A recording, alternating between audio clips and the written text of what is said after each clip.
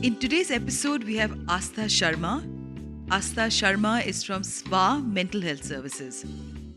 SWA has an integrated and holistic approach towards therapy and mental health. Her areas of specialty span across relationship, family therapy, chemical de addiction, rehabilitation counseling, and organization workplace psychology. She also, very interestingly, works with the marginalized communities of society like the LGBTQIA,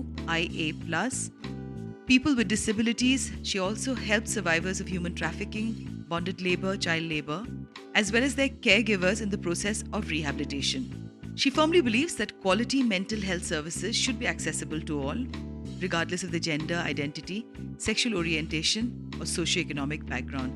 Welcome, Asta, in today's episode. Hello. Hi.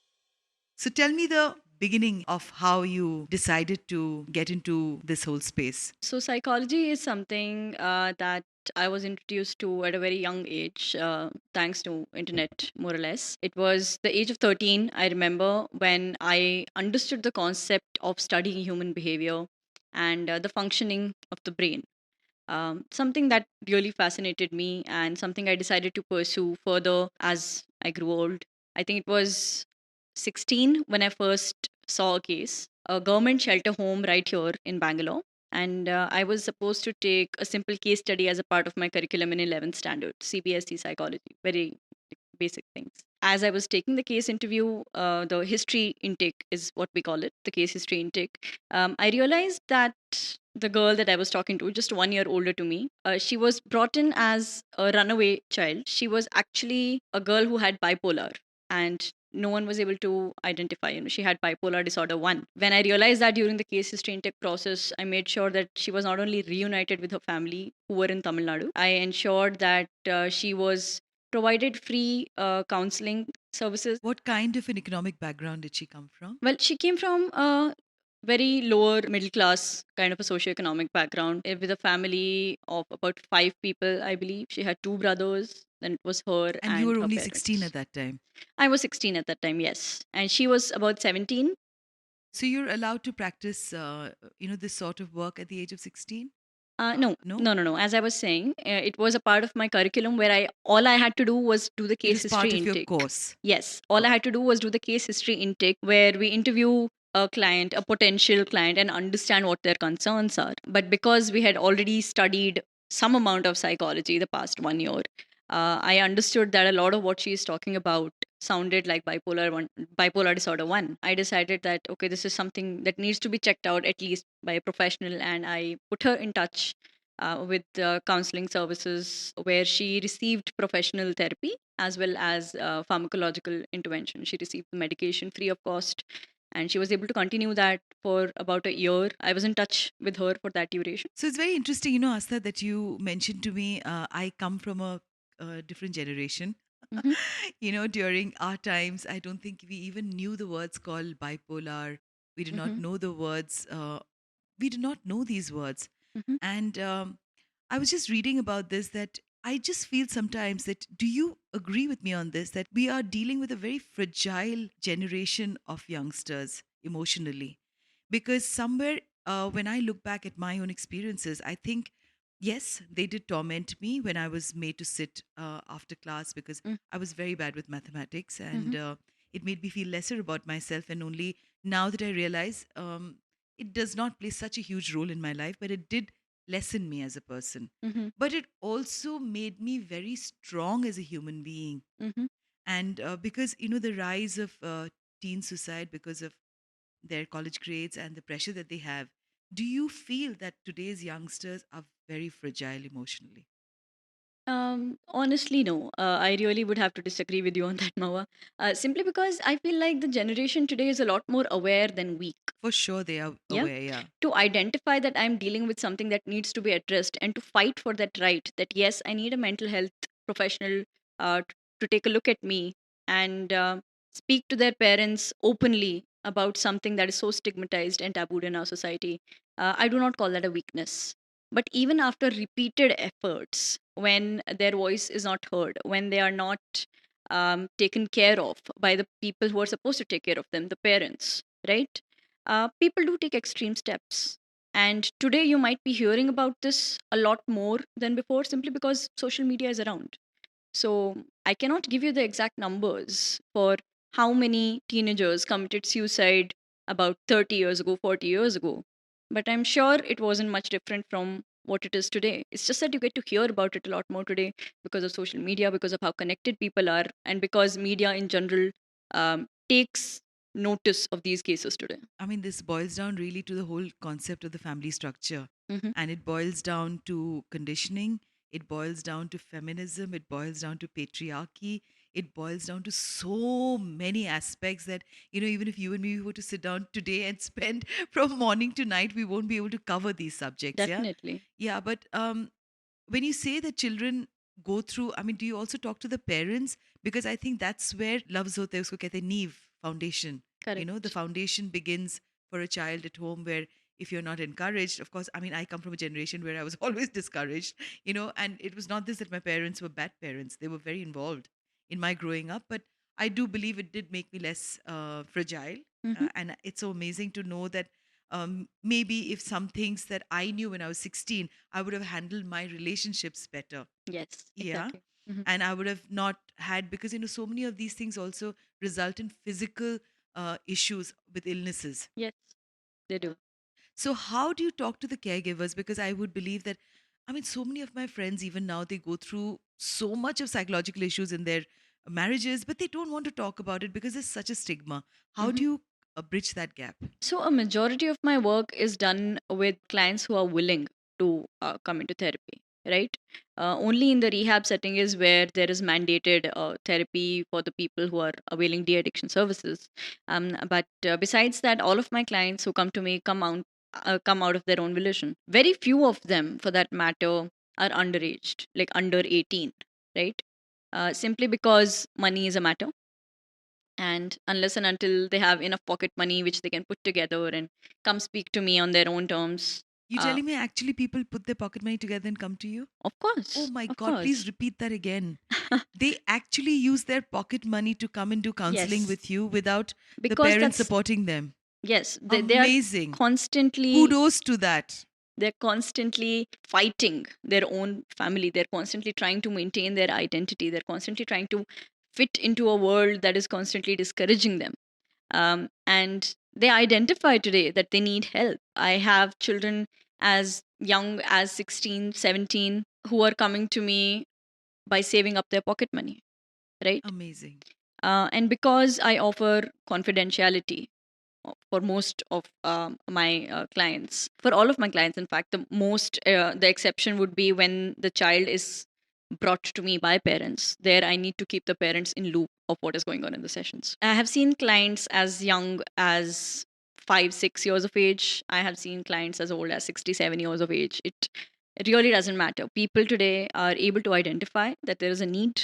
In fact, yesterday was the World Health Day, and I keep repeating that mental health is just as important as your physical health. Absolutely. I completely And agree that with is you. something that Yeah. people are starting to take note of. I recently have had clients who are very much in your generation who are ready to come and talk about their problems today. I believe this pandemic has also kind of created such a shift, in people.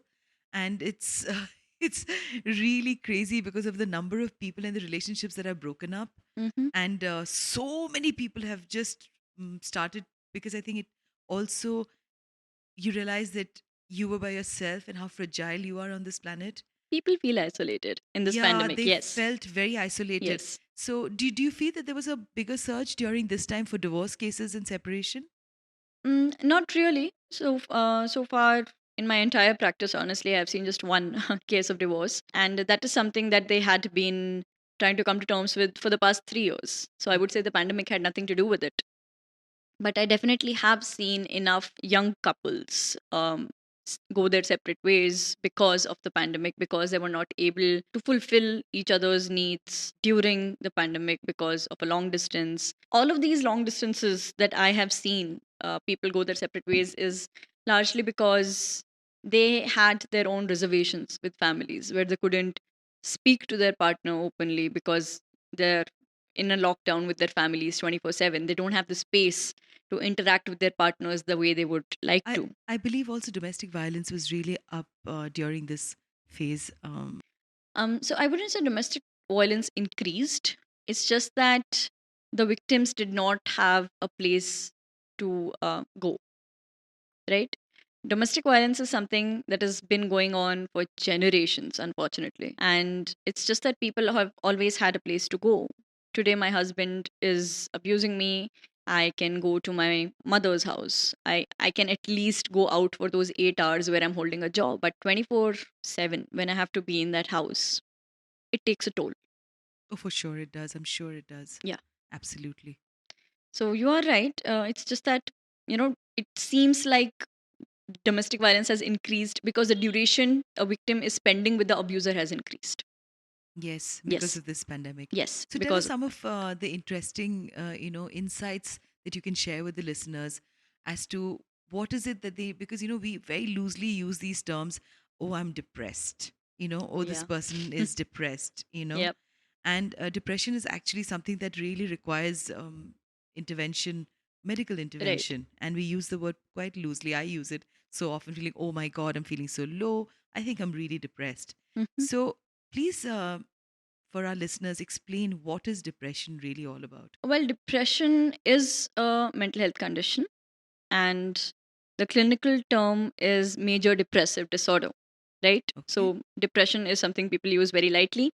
So, the clinical terminology would be major depressive disorder. That's the first thing that I'd like to let all the listeners know. And the second thing is there is clinical diagnosis that needs to be made. There are certain symptoms that need to be accounted for a certain duration of time. What Let are the symptoms, if you could share with us, Asta? Yeah, let's say some amount of lethargy, unable to concentrate, low mood, constant crying spells, a low appetite or a sudden increase in appetite, as well as hyposomnia or hypersomnia, which is sleeping too little or sleeping a lot. So I have had clients come to me who have not been sleeping more than 2 hours a day. Also, I have had clients come to me who feel like they just cannot wake up. They've been sleeping for up to 14, 16 hours a day. And these all meet criteria for depression, as well as sudden increase in weight or sudden loss in weight. Any of these symptoms that if you have been experiencing them at least for a period of I don't two know a months, single person who doesn't go through any one of these things. So I mean, it just appears to me when I'm talking to you that everybody needs a counselor in their lives in today's generation, probably. not really, not I really. don't know a So single friend of mine who's not gaining weight or not losing weight, and they're not, I mean, sleeping less or sleeping more. I mean, let's talk it's, about why it's happening. yes, that's what. Right, let's talk Yeah, about why it's happening. It's not just the symptoms that matter, it's the why of the symptoms that matter it's the more, why. especially to me. So my counseling, the way I counsel, I do not practice CBT. That's the first thing people ask me. What I practice is called gestalt therapy, right? Tell us So a little about Gestalt therapy. yes, Okay. gestalt therapy.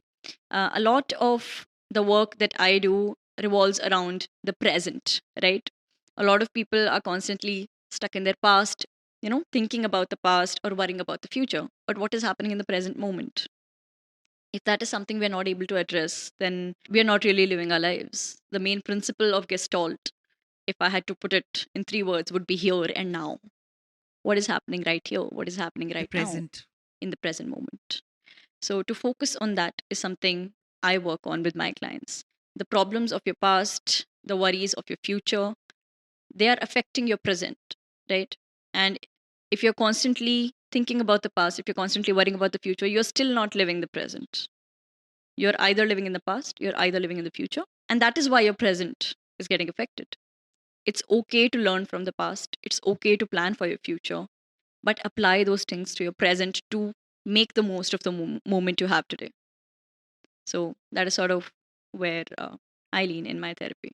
So, when you talk about this whole leaning about explaining to people about the present, I mean, very few of us actually, even with gratitude for the fact that we're breathing, I'm sitting and I'm talking to you, and I could wear, choose one of my white kurtas on a summer day today and come and Hmm. talk to you. But the past is a huge factor in a human being's life. And The past is it's what like, makes you who you are. yeah, and it's like this little ball, with in my head as a writer, that I would imagine is like this little woolen ball that you've you wound and wound and wound, and then slowly each s- thread you pull out, right? Right. And that pulling out of the thread requires so much of intervention, so much of awareness as to what is it that happened to you. Hmm. So in your counseling, I'm sure the past is a very huge part of Definitely. getting into the present, right? Definitely. So how do you bridge that is what I'm just trying to understand. So essentially, you would focus on the past and pick out how it is affecting your present. If I were to give you an example, someone who is afraid of water, for example, someone who doesn't like swimming, who doesn't enjoy even the rain for that matter, what is it that is making them fear water?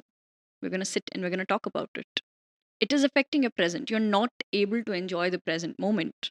Maybe your partner enjoys walking in the rain and you're not able to spend that time there with them, right? And it is affecting your present relationship because of something that happened in the past. Now, let's talk about what happened in the past. A very recent case that I had is one of my clients was forced into swimming lessons that she wasn't really keen on as a young child. A lot of parents do that. They think it's a skill that the child is going to learn. All right, not a I for problem. sure did that. I have had bad swimming teachers, let's be honest. Yes. Um, but not everyone is going to enjoy the experience of swimming, especially if it is forced upon them, Mhm. right? And the swimming teacher for this particular client of mine decided the best way to teach her swimming was not to teach her the techniques, but throw her in the deep end of the pool. Throwing her in the deep end of the pool made her afraid. Throwing it on the deep end of the pool made her want to not breathe. And that is exactly how she feels when water is on her body. She cannot take showers. She prefers bucket baths. She cannot be in a tub. Like she cannot take a bath in a bathtub. Because being submerged in water, being covered by water all over her body is affecting her. How old was she when this happened? Because I think so many swimming teachers, my goodness. Oh my goodness, Asta, you just pointed out something so rampant that happens, that they believe that if you push the child into the deep end of the pool, They're they'll gonna figure it figure a out. way out to come out. Yeah. And I mean, I would want the listeners to know that, again, we are talking about assistance with a lot of being gentle. And Yes. that's something that we all have forgotten, because I think, a lot of the generation of parents believe that if you spare the rod and you spoil the child. It's something that we heard a lot, you know Right. and that makes kids so aggressive sometimes. It makes them so angry, and you're not being able to express because you're helpless as a child. Right. You're not allowed to express as a child. What is the one thing that you have heard the most as a kid? Don't. Don't talk. बड़े बात कर रहे हैं, बड़ों के बीच में बात नहीं करते. Right? I'm here to give my opinion as a human being because this is something that is going to affect me. I should be able to decide whether or not someone throws me into the deep end of a pool. I should be able to decide if I want to go back to that class the next morning and learn with that same teacher or not. It's not the way that I am comfortable learning. If you, as a parent, want me to learn, let's take a look at the way in which I grasp quickly, right? That way I will actually learn. I wouldn't have to fight through my emotions. I wouldn't have to fight through my fears in order to learn something I don't want to learn in the first place. So, do schools also have this as a curriculum now? I would like to believe the world is waking up to mental health in a big way now. And do schools have this as a curriculum? Because that's where the huge need is, right? I think that, yeah, it is. It is. And unfortunately, it's not the case. And how sad is that? I mean, have you approached schools? Have you spoken about it? And here, I want the listeners to know, whoever is running a school, whoever has got students, I think even if they are in Montessori, you need to have a counselor who should be able to talk to these little children, because you never know what happens in their homes and what's happening when they come into school, Mm-hmm. as little kids.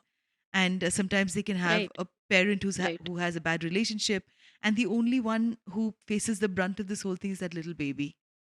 And my heart, I mean, my heart breaks when I think about little children who go through this because they can't talk. So, Mhm. would you be looking at schools also and talking to them at a point? So I have worked with schools. As I said, I have seen clients from the age 4 up. A lot of them were in the school. And unfortunately, I was not, I had to discontinue working in the school. Uh, I was interning there, and I had the option of working with them after my internship was completed. But right around the end of my internship, they decided they didn't want my services anymore because I had a couple come to me, a 16-year-old girl and a 15-year-old boy in a relationship having trouble, came up to me, and I was counseling them. And all of the teachers, including the principal, decided they needed to have a talk with me because I should not encourage relationships. They were trying to dictate the terms of how I deal with my clients. They wanted me to discourage both of them from entering a relationship. And in fact, at that point, they had been in a relationship for over 3 years. They were already in a relationship for 3 years. Yes. And it's difficult for me to tell a client how to live their lives. I'm not here to do that. I'm here to listen to their concerns and see if they can figure out a way of mending that relationship because that's what they've come to me for, right? I am not here to exercise the will of the principal. I'm not here to exercise the will of the teachers or the parents. I can definitely take their concerns into consideration while I speak to the clients, the young clients, but I cannot force them to be a part. I'm no different than any other teacher. I'm no different than any other adult in their life. And they do not have a person they can walk up to and trust With their fears. if that is the case. It's so sad when you say Yes. this, because they take counseling for higher studies and subjects so seriously, but they don't get into. And so many times, kids also go in for this counseling because there's pressure on what subject to choose and how you're going to be perceived as smart or a failure.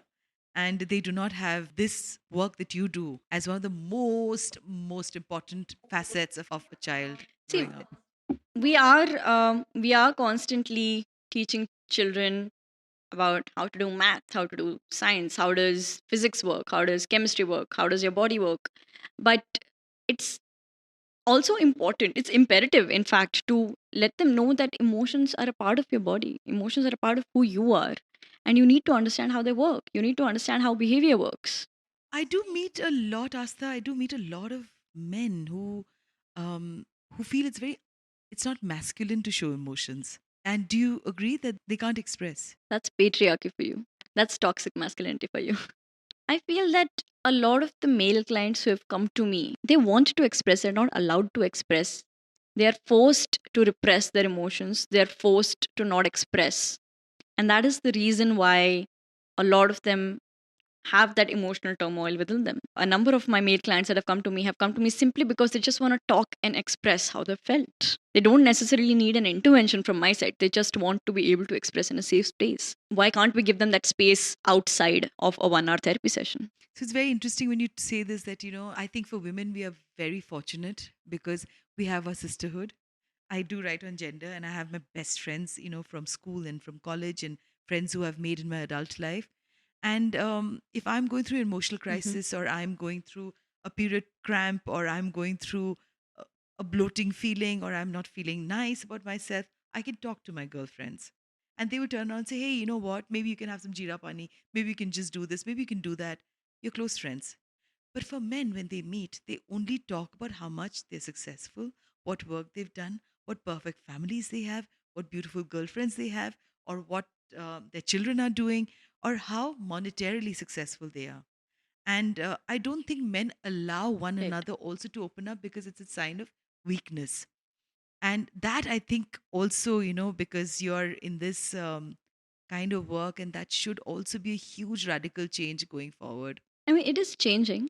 I see it changing. I see men who are open, at least to their intimate partners, about their I'm talking emotions. about men and men. Of course, I mean, I have, you have your intimate partner who you, Men and men can be intimate partners no, I'm also, talking about friends.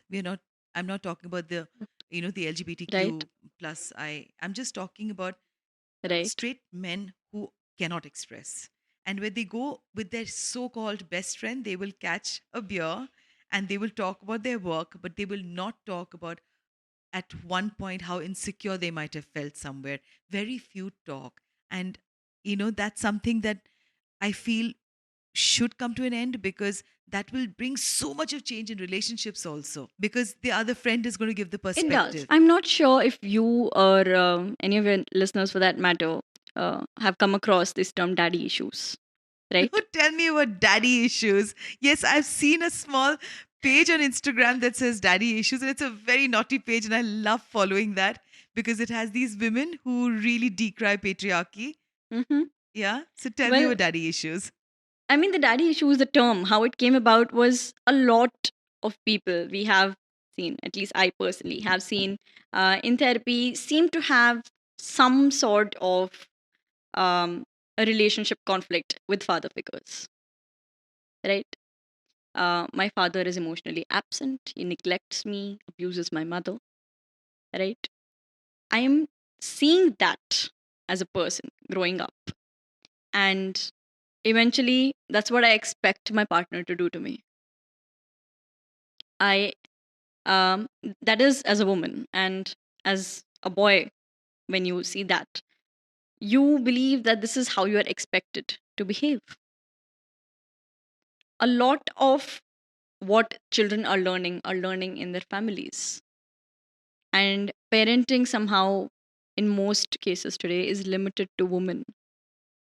You can Men say that as again. active parents Absolutely, again and is again. very necessary.